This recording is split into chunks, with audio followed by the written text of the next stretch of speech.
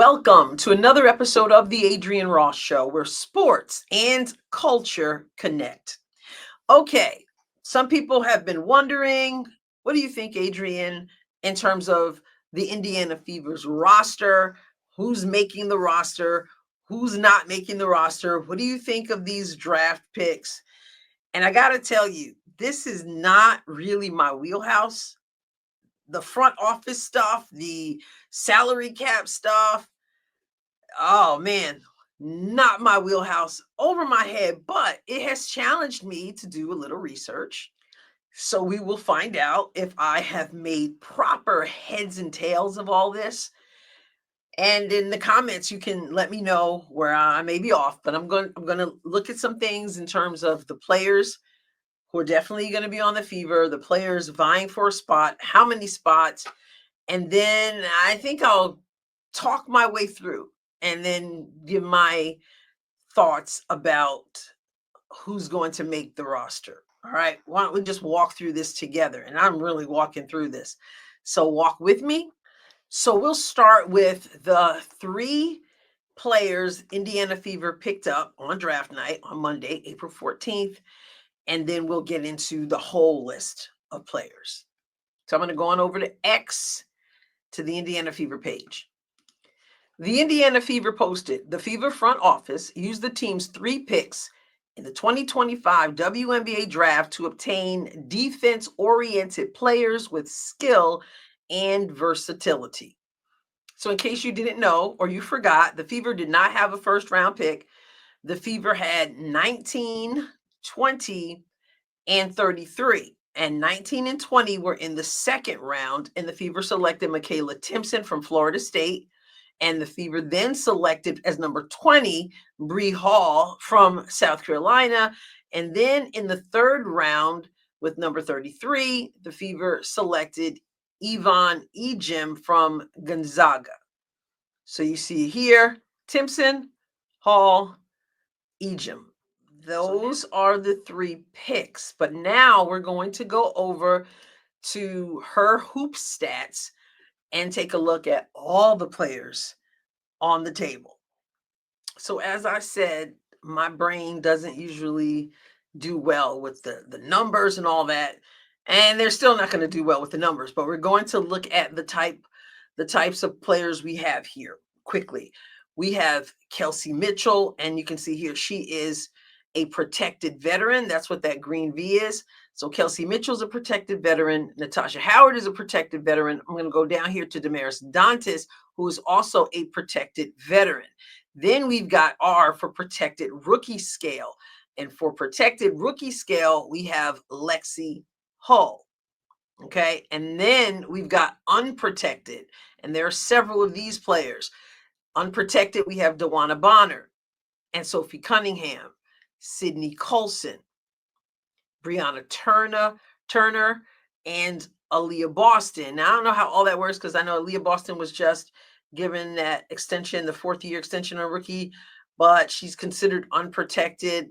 And then Caitlin Clark, who's considered unprotected. And like I said, a lot of the stuff is, the terminology and stuff is foreign to me. So I did some research, and I was like, so Caitlin is unprotected. And this is what I found. While not protected, Caitlin's rookie contract does follow the WNBA's collective bargaining agreement, which dictates a set salary structure for players drafted in the first round. This means their salary is capped. Okay, to just make this clear, it says while the term unprotected can be used in the context of a team's ability to waive a player, Clark's rookie contract is not considered unprotected in the traditional sense, meaning, again, it has a set salary and term. So then for this year, we move over to training camp. And as we know, Jillian Elaine, and Jaylen Brown have the training camp contract. And then you'll see here you have Katie Lou because they had to buy Katie Lou out. So there's the buyout. And then you have Christy Wallace, who is on a full season suspension. Okay, so what does all this have to do with how many players make the team? Well, they have all these people, when you look down at what I just shared with you, and that's the draftees, you have Brie Hall, you have Michaela Timson, you have Yvon Eim, I told you about. They are the draftees. And this team can only have 11 players because of the salary cap, and the Fever has, let me find this exactly so you can see it. The cap room right now is about 112,000, a little bit more than 112,000. So from what I'm hearing people say, what my research shows me, the Fever will start with 11 players and then perhaps pick up a 12th mid-season. But you're talking 11 players. Well, what does that mean? Well, Kelsey Mitchell is for sure, right? So we got Mitchell, Natasha Howard, Dewana Bonner, Sophie Cunningham, Damaris Dantas, Sydney Colson. We have Lexi Hall, Brianna Turner, Aaliyah Boston, and Caitlin Clark. Those 10 are surefire folks, right? Surefire folks, 10. Got 11 spots. How many more remain that you got to pick from?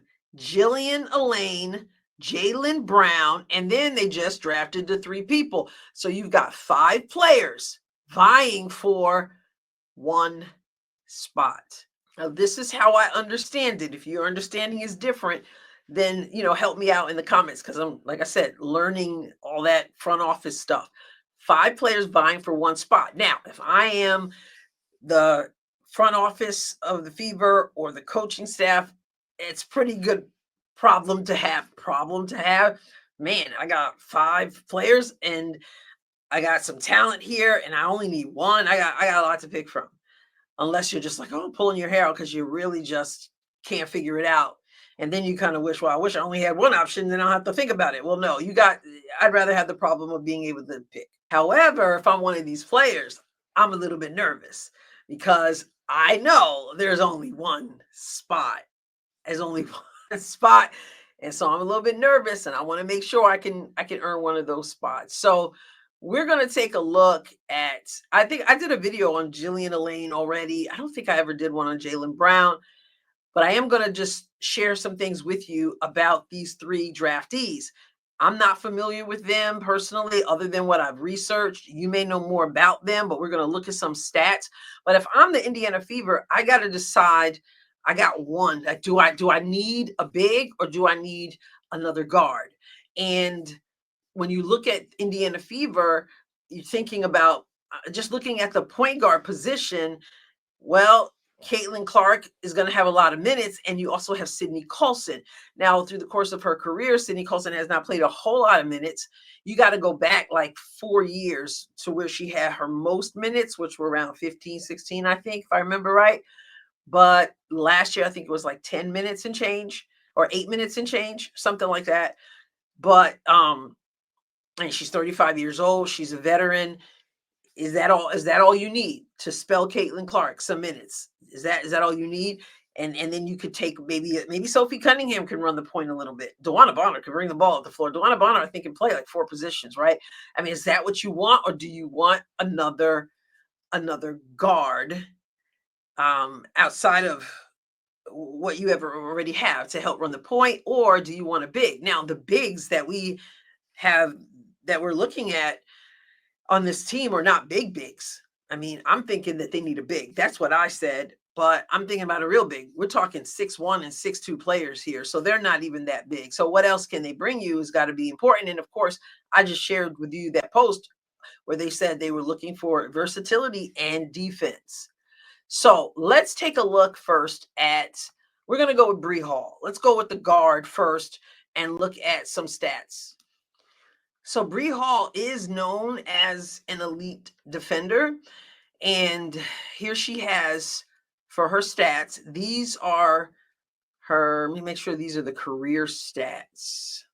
Yes, these are her career stats. Again, from South Carolina, 5.8 points per game, 2.3 rebounds, 0.7 assists, and almost 40% field goal percentage. That's Brie Hall. And talking about defense, her steals, over her career, 0.4 per game, and last season was 0.6 per game, and her points were 6.3 last season. Okay, so other than the season before, that was the highest. So again, this is a guard. This is Brie Hall, who played under Coach John Staley, coming to Indiana. She's from Ohio, so pretty close. All right, Kelsey Mitchell, obviously from Ohio, so 5.8, 2.3, 0.7, and 39.9%. So let's take a look at what the Indiana Fever posted, a little game time display from Brie Hall. The Fever posted energy. We have selected South Carolina's Brie Hall with the 20th pick in the 2025 WNBA draft. I probably should have started with the 19th pick, but anyway, it doesn't matter. 1920 went to the same team. Well, I say it doesn't matter, but it probably does matter who they picked 19th. But I started at the 20th, so we'll continue. The Indiana Fever select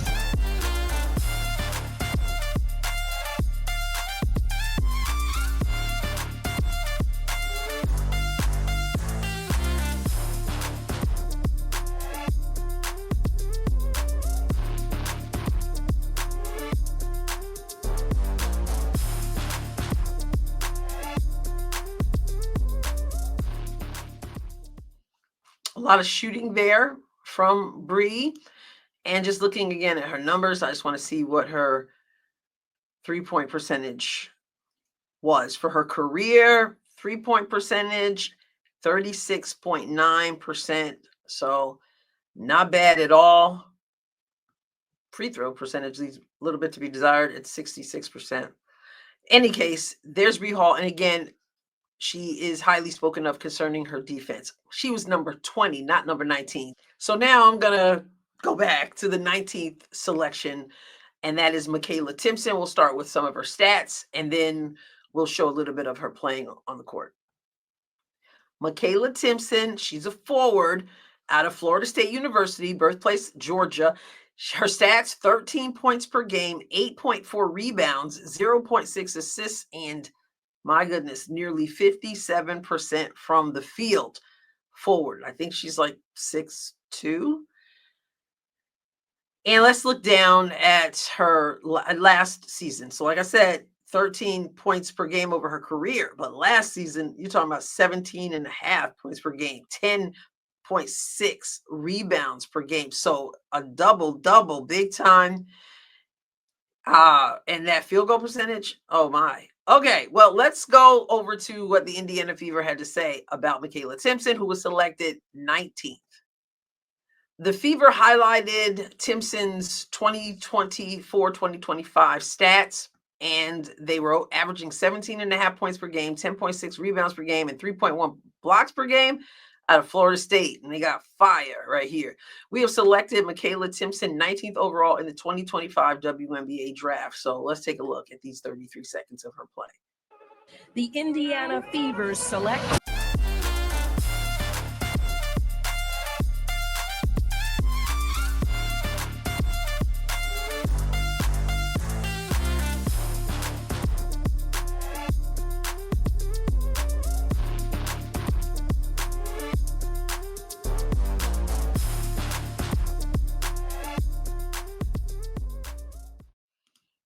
So there's your look at Michaela Timson. Looks pretty good. Remember, we're going to try to come up with whom would we pick. You saw number 19 now, Michaela Timson, and you saw number 20, Brie Hall. Timson is a forward, Brie Hall is a guard. And now let's look at that third draft pick, and that is from Canada, originally Yvon Eim. Yvon Eim is a forward. She's from Canada. She's out of Gonzaga, where she scored as a career 14.8 points, 7.1 rebounds, 1.6 assists, and 55.1% field goal percentage. Again, 6'1". This is her for her career. And let's go to 2024-25. And she had 14. let me see. No, oh wow, for 2024-25, 20.7 points, 9.3 rebounds, 2.5 assists, 1.3 steals, 1 block a game. Her field goal percentage for last year, 53.1%. So, I mean, 55.1 her career, 53.1 last season. Woo, okay. Gonzaga, Yvon Eim. Now let's look at her on the court. Let's go back to Fever's X page. The Fever set program records for most points in a single season and most games played during her college career at Gonzaga.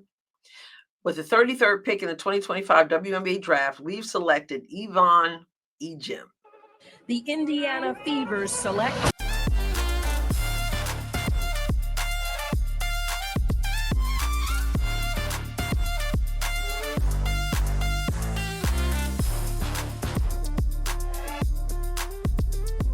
Wow.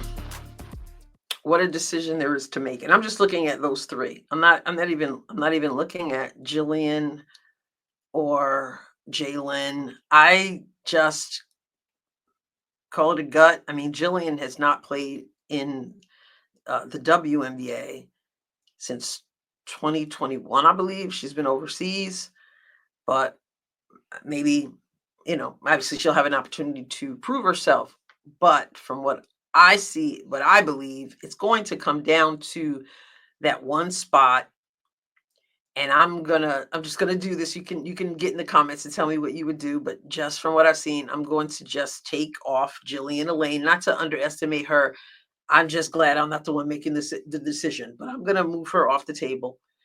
And I'm going to move off Jaylen Brown off the table, and I'm gonna just look at the number 19 pick, which was Michaela Timson, the number 20 pick, Brie Hall, and the number 33, Yvon Eim. Now, I got to decide. I see Brie Hall. She's a guard. 5.8 points for her career, and last season, 6.3 points.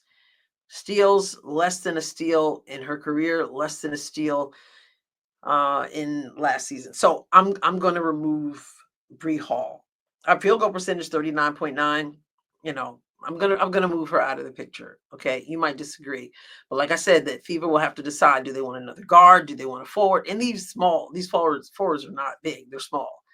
So now I've got Yvon Eim, and her career: 14.8 points, 7.1 rebounds, 1.6 assists, and 55.1% field goal percentage. And they picked her number 33. Last season, her points were 20.7 though, so she is increased. Like when you look at Gonzaga, she started out with 3.7 points, then 10.1, then 16.8, then 19.7, then 20.7. She's getting better over and over. Same thing with her rebounds. I'm looking at her stats on ESPN.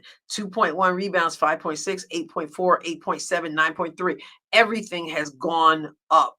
And so it is with her assists. Everything has gone up.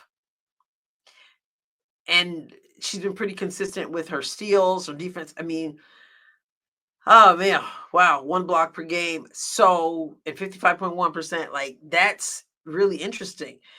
And then we got to look again at Timson, and her career is 13 points per game and 8.4 rebounds and 56.8% field goal percentage. And last season, 17.5. So she's gone up every year as well on points from 6.6 to 13.2 to 14.3 to 17.5. Her rebounds are down a little bit from the last couple. No, her rebounds are the highest, the highest they've ever been. Her assists, the highest they've ever been. Her steals, the highest they've ever been. The blocks, remember defense, blocks, 3.1 blocks per game. That's just off the hook. And then you consider her field goal percentage last season was 54.3. But overall in her whole career, 56.8. Okay, I got to make a decision. That's hard. Eim looks good too. She's getting better every year. Just dropped almost 21 points per game. I got to go with Michaela Timson. Her field goal percentage is higher than Ejim, and her points are not as high, but like we're talking over three blocks per game with a field goal percentage that's way above half. And I got to take my cue from the Fever. The Fever did not pick Ejim in the with that 19th with the 19th spot or with the 20th spot. They let her go to 33. So I got to go with Michaela Timson, whom they picked at 19. So, yeah, that's my thought on it. There are 5 people and there's one spot. And I'm going to go. Obviously, we got to see how they do during training camp, but I'm going to go and say this is going to be Michaela Timson unless something goes awry. But from what I see from Ejim, can't really go bad there either. So anyway, that's a lot of information. You're hearing me talk this thing through. It's a long video, I guess, but I personally prefer longer videos from other people. I like substance, but that's me. So hopefully you're still here. And if so, you get in the comments, just judging from what I shared. What do you think about those 3? Or maybe you think it'll be Jaylen Brown, or you think it'll be Jillian Elaine. Just curious as to what your thoughts are. This season is about to get on. So what are you thinking if you're the Fever and you got to pick up one and you got 5 people to pick through, and these are the people? I'm so curious to see what happens. All right. Subscribe to the channel if you haven't done so, and I will catch you next time, God willing. God bless you abundantly.